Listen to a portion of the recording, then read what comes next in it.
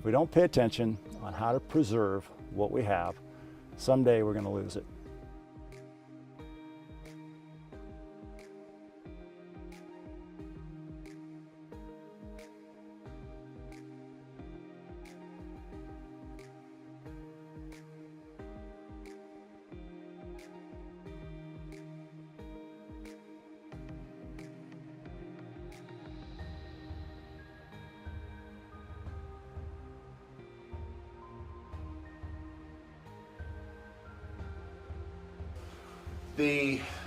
The whole notion of wildland fire over the last, probably particularly the last 20 years, Byron and I were talking yesterday when we started.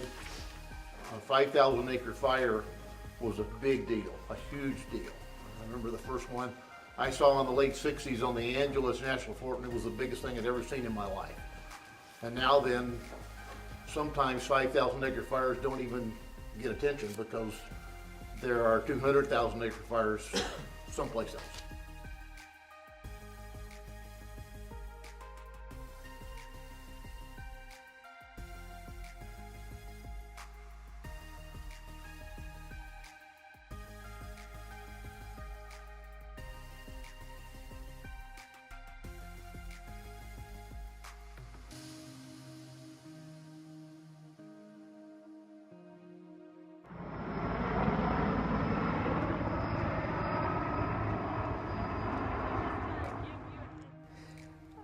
So what I'm here for is to understand what the people of Valley County believe are their wildland fire problems, how they can work better together across jurisdictional boundaries, what are their own assets that they can bring to the table, and how they can begin to protect themselves from bad fire in their communities while also learning about wildland fire and good fire in the wilderness.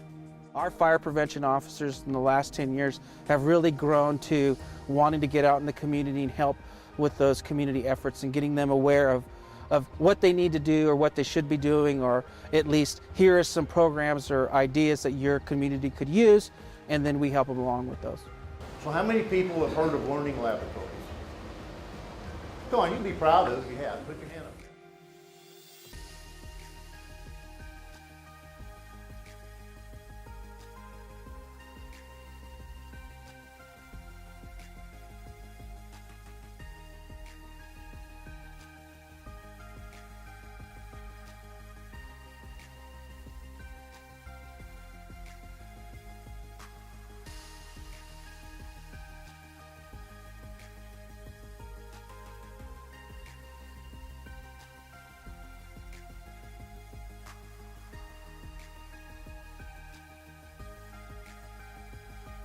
I live in the Wooey area, so my forest had become extremely dense, and it was like I had a wall of trees, or actually a tree fortress, and I had a lot of growth that was undesirable, and I needed to do something about it.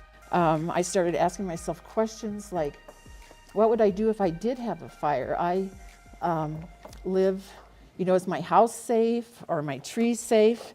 And then I think the biggest game changer for me was a conversation I had with my sister. And she said, Connie, I know you love your trees, but if you don't do something, you're not going to have one tree left. And that was the big game changer for me. So as we all know, there's three things that drive fire behavior.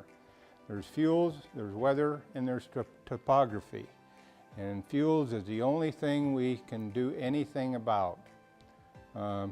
So that's what we're going to concentrate on with this talk. And that's what we've been concentrating on all morning, really. So why do we do prescribed burning? Well, there's many reasons why we do prescribed burning. One is it improves the resiliency of the forest. It improves wildlife habitat.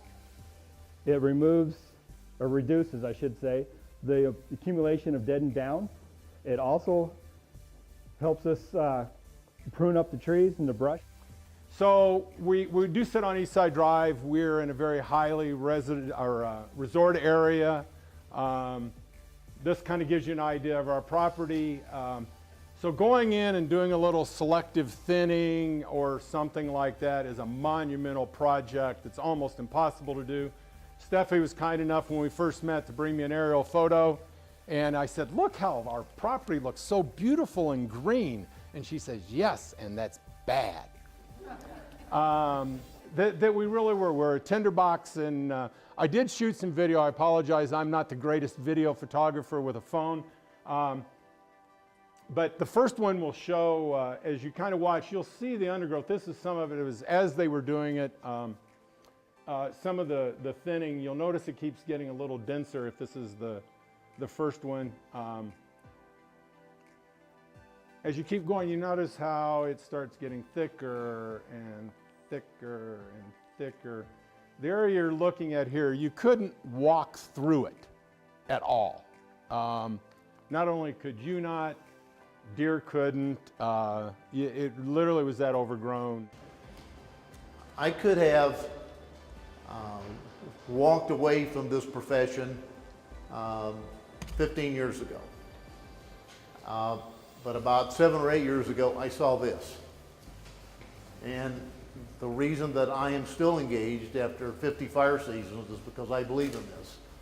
If we're going to solve the nation's fire problem, if we're going to get back to active forest management, if we're going to engage communities to be fire adapted to where it makes it your job easier on response, if we have a whole lot more of the public understanding what landscape resiliency means, you know, that's how we're going to do it.